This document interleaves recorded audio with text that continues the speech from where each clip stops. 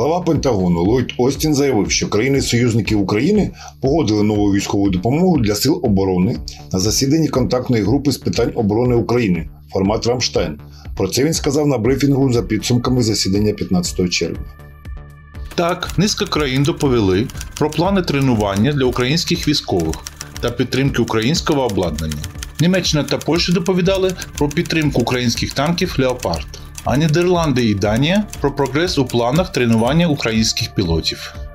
Міністр оборони України Олексій Резніков після засідання повідомив, що отримав зобов'язання від союзників про старт навчання для українських пілотів на західних винищувачах.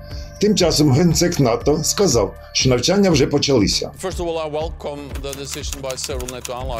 По-перше, я вітаю рішення кількох країн-членів Альянсу далі підтримувати Україну під час навчання пілотів. І також пізніше ми можемо прийняти рішення щодо надачі реактивних літаків 4-го покоління F-16. І я хочу подякувати Данії за те, що вони відіграють керівну роль у забезпеченні цих питань і їхній готовності надати навчання для українських пілотів.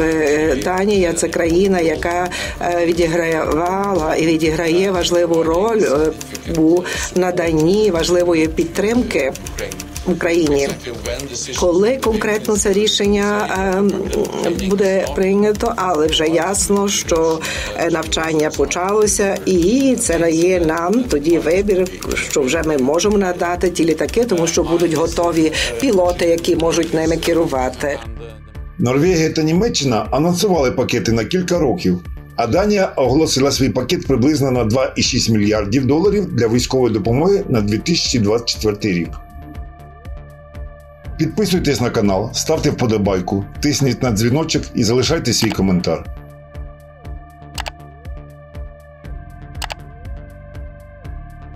Канада оголосила про виділення пакета допомоги на 500 мільйонів доларів для підтримки України.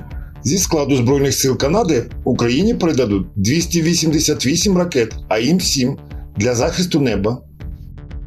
Також Канада надасть 10 тисяч 105-мм артилерійських снарядів, продовжить операцію Unifier із навчання військових до 2026 року, сприятиме підготовці пілотів, обслуговування та підтримки українських F-16, візьме участь у центрі обслуговування танків «Леопард-2» у Польщі.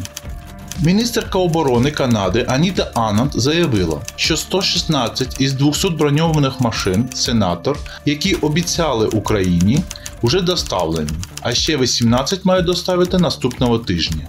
Найближчими днями також будуть доставлені 6750 штурмових гвинтівок, 1,1 мільйона патронів калібру 7,62, 250 тисяч патронів калібру 5,56, 70 тисяч снайперських боєприпасів.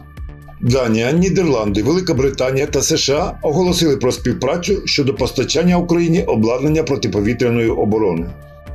Йдеться про сотні ракет ППО малої та середньої дальності та відповідних систем, необхідних для захисту критичної інфраструктури України та подальшого забезпечення успіху контрнаступальних операцій у найближчі місяці.